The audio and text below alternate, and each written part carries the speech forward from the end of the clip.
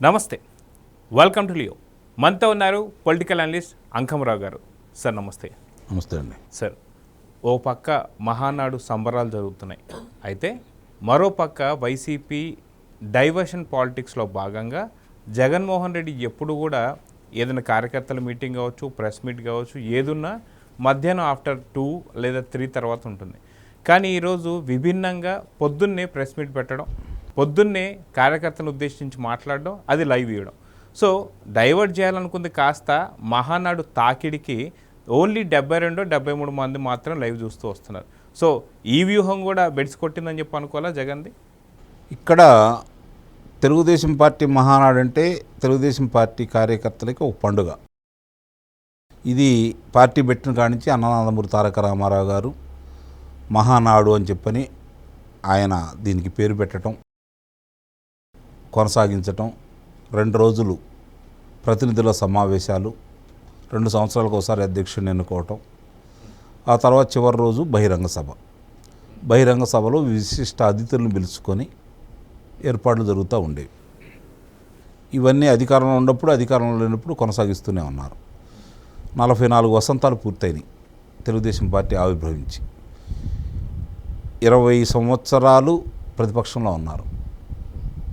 ఇప్పటికీ 10 ఎన్నికలు జరిగితే 6 ఎన్నికల్లో తెలుగుదేశం పార్టీ విజయం సాధించింది. రామారావు గారు 3 పర్యాయాలు, చంద్రబాబు నాయుడు గారు 3 పర్యాయాలు విజయం సాధించారు. వాళ్ళు విజయాల అపజయాల గురించి పట్టించుకోకుండా ఎప్పుడు ఈ మహానాడిని ఒక ఉత్సవంలాగానే జరుపుకుంటూ ఉంటారు. ఇది నాకు తెలిసినంత వరకు పార్టీలకు అతీతమైన పండగగానే అందరూ భావిస్తారు. కారణం ఏంటంటే తెలుగుదేశం పార్టీ అంటేనే ఒకవేళ కాంగ్రెస్ పార్టీలో సాంప్రదాయం వాళ్ళు ఉండా కూడా గౌరవంగా చూస్తారు. సరే, ఏ పార్టీకి ఆ పార్టీ వాళ్ళు ఎలా ఉంటారు ఏంటనేది తీసి పక్కన పడేస్తే, ఈరోజు వైఎస్ఆర్సీపీ పార్టీ అధినేత మీరు అన్నట్టు ఎప్పుడైనా సరే మధ్యాహ్నం 11 అని చెప్పని, అది 12 కావచ్చు, 2 కావచ్చు, 3 కావచ్చు, అయిపోయేతలకి సుదీర్ఘంగా 2 గంటల సేపు ఆయన 2 నెలలకోసారో ఇట్లా కార్యకర్తలను ఉద్దేశించో లేకపోతే పాత్రికేయ మిత్రుల్ని, ప్రసార మాధ్యమాలని ఉద్దేశించో మాట్లాడుతూ ఉంటాడు.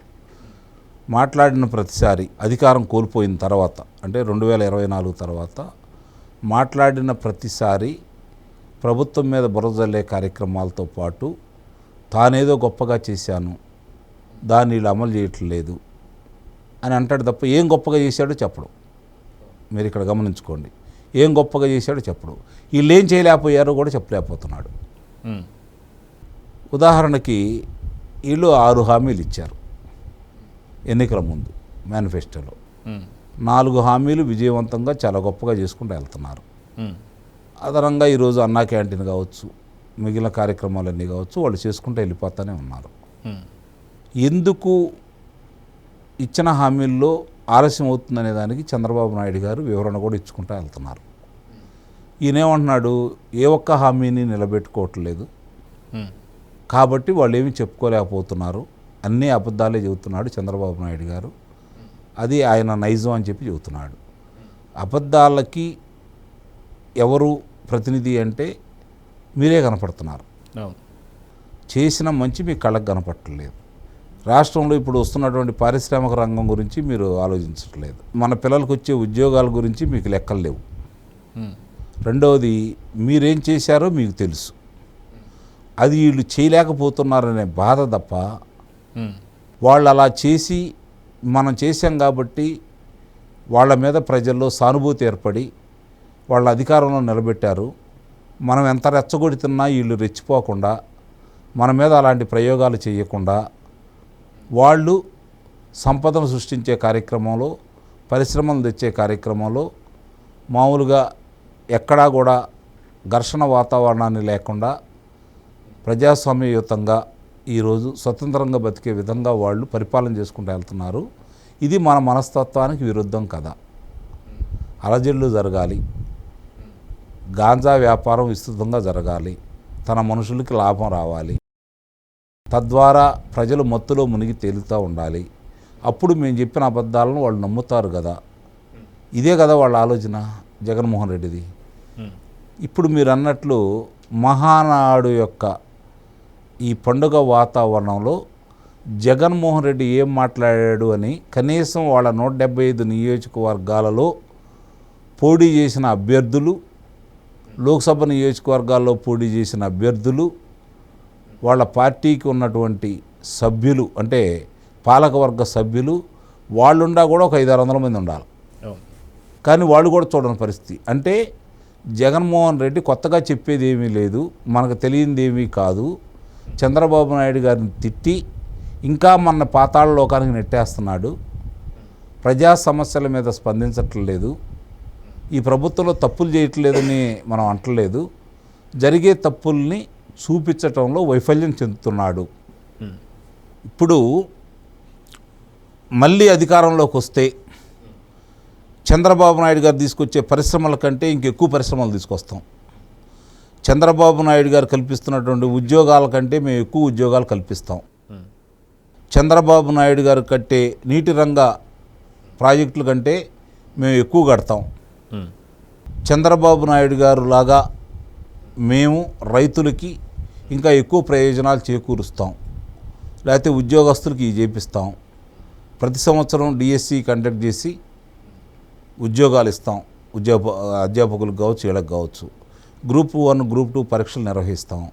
ఇవేమీ చవట్లా, ఎందుకంటే ఎటు చేయడు కాబట్టి, 5 సంవత్సరాల్లో చేయలేదు కదా, ఇవేమీ చేయట్లేదు కాబట్టి, చెయ్యడు కాబట్టి భవిష్యత్తులో వీటి గురించి మాట్లాడు. గంగమ్మ జాతరలో పొట్టేళ్ళు తలలు నరికినట్టు నరుకుతాం, రఫా ఇవే ఆలోచనలు తప్ప మీరు పరిశ్రమలో పెట్టుబడి కోరని రావద్దు, వస్తే మేము రాంగుల్లో వాటిని రద్దు చేస్తాం, మీ మీద కేసులు పెడతాం, ఇదే ఆలోచనలో లేదు. ఉద్యోగస్తులు ఎవరన్నా నిజాయితీగా పనిచేస్తూ ఉంటే మీరు పక్షపాతంగా చేస్తున్నారు, సప్త సముద్రాల అవతల ఉన్న మిమ్మల్ని లాక్కొస్తాం అని చెప్పని వాళ్ళని బెదిరించటం, ఈ తప్ప రెండో కార్యక్రమాలు ఏమి లేవు కదా. మొన్న జరిగిన దాంట్లో చూసాం మనం, వాళ్ళ తాత గురించి ఏ విధంగా కీర్తిస్తూ వాళ్ళ తాతని, వాళ్ళ తండ్రిని, వాళ్ళ బాబాయి వీళ్ళ ముగ్గురికి చనిపోయిన విధానానికి చంద్రబాబు నాయుడు గారి ద్వారానే అవి జరిగినాయి అని చెప్పే నమ్మించాలనే ప్రయత్నం. ఎందుకంటే ఇప్పుడు కొత్త తరానికి తెలియదు కదా. ఇలాంటి ప్రయోగాలన్నీ చేస్తూ ఈరోజు వెనకటికో సామెత ఉంది, సూది కోసం సోదికెళ్తే రంకు భాగవతాలన్నీ బయటకు వచ్చినట్లు వాళ్ళ తాతని తండ్రిని వాళ్ళు శాంతమూర్తులుగా గౌతమ బుద్ధుడు వారసులుగా చూపించాలని ప్రయత్నం చేస్తే వాళ్ళు చేసినటువంటి అరాచకాలన్నీ కూడా ఒక్కోటి బయటపెడుతున్న విధానం చూస్తున్న తర్వాత వాళ్ళ పార్టీ వాళ్ళు ఇప్పుడు తలొకరు పట్టుకుంటున్నారు. ఎందుకు ప్రతిసారి ఇతను ఇలానే చేస్తాడు, మన ఎందుకు ఇట్లా ఇబ్బంది పెడుతున్నాడు, రోజు రోజుకి మన పార్టీని పలచన చేస్తున్నాడు, ఆ పార్టీకి బలం పెంచుతున్నాడు, వాళ్ళ మీద మనం దాడి చేయాల్సింది పోయి తిరిగి వాళ్ళే మన మీద దాడి చేసే విధానంగా ఇతను మాట్లాడుతున్న విధానం వాళ్ళకు అనుకూలంగా మారుతూ ఉంది. ఈయన ఎప్పటికి మారతాడు అనే బాధ రోజు రోజుకి వాళ్ళలో పెరిగిపోయి ఇక మనం ఈ జన్మలో అధికారంలో రావనే నిర్ణయానికి వాళ్ళైతే వచ్చారు. అంటే ఇక్కడ జగన్మోహన్ రెడ్డి తను చెప్పింది ఎటు చేసింది అంటే గతంలో ఏదన్నా చేసి ఉంటే చెప్పుకునేవాడు, అయ్యేటు చెప్పుకోలేడు. ఇప్పుడు వీళ్ళు చేస్తున్న దాని గురించి విడమర్చి చెప్పలేడు. అతనికంటే సంక్షేమ పథకాలు ఎక్కువగా ఇస్తున్నారు వీళ్ళు, అతను ఇచ్చిన దానికంటే అధికంగా ఇస్తున్నారు వీళ్ళు. నిన్నగాక మొన్న డిఎస్సికి సంబంధించి 16,000 మందికి ఉద్యోగాలు వచ్చినాయి. పోలీసు కానిస్టేబుల్కి వచ్చేసరికి 5,757 మందికి వాళ్ళకి నియామకాలు జరిగినాయి. దాన్ని అడ్డుకోవటానికి శతవిధాల ప్రయత్నం చేశాడు, ఎన్నో కేసులు వేయటం కూడా జరిగింది. అయినా వాటిని అధిగమించేసి ఈరోజు వాళ్ళకి ఉద్యోగాలు ఇవ్వటం కూడా జరిగింది. మరి దాని మీద కూడా ఈరోజు రాతలు రాస్తూ విష ప్రచారాలు చేస్తూనే ఉన్నాడు. లోకేష్ బాబు గారు గట్టిగానే సమాధానం ఇచ్చాడు. మరి ఇంకేం చేయగలడు అతను? సో ఇందాక మాట్లాడుతున్న సందర్భంలో కూడా మనం చూసుకుంటే ఏదైతే పెట్రోల్ రేట్లు కావచ్చు, డీజిల్ రేట్లు పెరిగాయని చెప్పేసి దానిపైన విమర్శలు చేస్తున్నారు. కానీ గతంలో ఆ పార్టీ అధికారంలో ఉన్నప్పుడు, వైసీపీ అధికారంలో ఉన్నప్పుడు కొడాలి నాని మాట్లాడుతూ అసలుకి పెట్రోల్ డీజిల్ రేట్లు రాష్ట్ర ప్రభుత్వానికి సంబంధం ఏముంది, ప్రధానమంత్రికి కదా సంబంధం, వెళ్ళి మీకు దమ్ముంటే ఆయన అడుక్కోపోండి అని చెప్పేసి అంటున్నాడు. సో వీళ్ళు ఎందుకని ప్రధానమంత్రి మోడీ గారిని ఏ మాట అడగడం లేదంటే ఏం చెప్తారు? ప్రధానమంత్రి గారిని ప్రశ్నించేంత ధైర్యం కానీ ప్రశ్నించేంత తెగువ కానీ వీళ్ళకు ఉందని మీరు భావిస్తున్నారా? ప్రశ్నిస్తే ఏం జరిగిద్దో వాళ్ళకి తెలుసు కదా. ఇప్పుడు ఇంధనానికి సంబంధించి ధరలు నిర్ణయించడం అనేది కేంద్రమే, కానీ రాష్ట్రం వేస్తున్నటువంటి పన్నులు ఉన్నాయి చూసారా, గతంలో మీరు ఎలా నిర్ణయించారు, అదనంగా ఎలా వేశారు, రోడ్డుకి సంబంధించి సెస్ కూడా వేయటం కూడా జరిగింది. ఇవన్నీ కూడా మనం చూసుకుంటా ఉంటే అదనంగా ఎంత ఎక్స్ట్రా వేశారు. ఈరోజు అక్కడ ఉన్న పరిస్థితులు మనకున్న పరిస్థితులను దృష్టిలో పెట్టుకొని కేంద్రం నిర్ణయించిన దాన్నే కదా వీళ్ళు అమలు చేస్తుంది. నీలాగా ఏమన్నా పెంచారా వీళ్ళు? 2 సంవత్సరాల్లో పెంచలేదుగా. ఇప్పుడు ఇంధన కొరత రాబోతుంది కాబట్టి పొదుపు మంత్రంలో భాగంగా, అలాగే మొన్నటిదాకా సబ్సిడీ ఇచ్చింది కాబట్టి కేంద్రం, ఇప్పుడు మళ్ళీ కేంద్రం డబ్బులు రాబట్టుకోవడం కోసం పన్నుల రూపేణా ఈ విధమైన నిర్ణయం తీసుకుంది. అదే కదా వీళ్ళు అమలు చేస్తుంది. గతంలో కొడాలి నాని మాట్లాడినా ఇంకోళ్ళు మాట్లాడినా వాళ్ళు ఏం చేశారో ప్రజలందరికీ తెలుసు కాబట్టే వాళ్ళు ఒక నిర్ణయానికి వచ్చేసి వాళ్ళ మీద ఏ విధంగా అయితే వాళ్ళు చేసిన తప్పులకి శిక్షలు వేశారో మనం చూస్తూనే ఉన్నాం. ఇంకా వీళ్ళు ఈరోజు ఇంధనాల గురించో లేకపోతే అభివృద్ధి గురించో విద్య గురించో వైద్యం గురించో, ఇప్పుడు ఆ బకాయిలు కూడా మనం తీర్చారు, ఒక్కొక్కటి తీర్చుకుంటూ వస్తున్నారు వీళ్ళు. ఇంకా వాళ్ళు చెప్తే ప్రజలు వినటానికి ఎవరు సిద్ధంగా ఉన్నారు? ఇప్పుడు నీటి రంగ ప్రాజెక్టులకి 2014 నుంచి 2019 వరకు 62,000 కోట్ల రూపాయలు తెలుగుదేశం పార్టీ ఖర్చు పెట్టింది. నువ్వెంత ఖర్చు పెట్టావు? 2,000 మాత్రం. నీ రాయలసీమకి ఏం చేసావు? 52 స్థానాలు ఉన్న రాయలసీమలో 49 స్థానాలు ఇచ్చారే నీకు. పక్కన ఉన్న నెల్లూరు కలుపుకుంటే 10 స్థానాలు ఇచ్చారే. ఏం వరగబెట్టావు వాళ్ళకి? ఏం మేలు చేశావు? చెప్పుట్టుకోవడానికి ఏముంది? చెట్లు నరగటం తప్ప, ప్రజావేదిక కూల్చడం తప్ప, అప్పులు చేసి బట్టలు నొక్కటం తప్ప ఏముంది చెప్పండి? సంపద సృష్టి ఏది, ఉద్యోగ కల్పన ఏది, రాష్ట్రం నిలదొక్కునే అంశాలు నువ్వేం చేశావు? ఏమీ చేయలేదు కదా.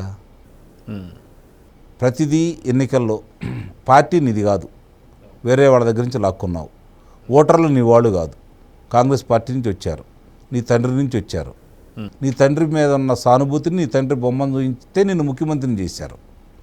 నువ్వేంటో తెలిసింది కాబట్టి నిన్ను 11 స్థానాలకు పరిమితం చేశారు ఇదే ప్రజలు.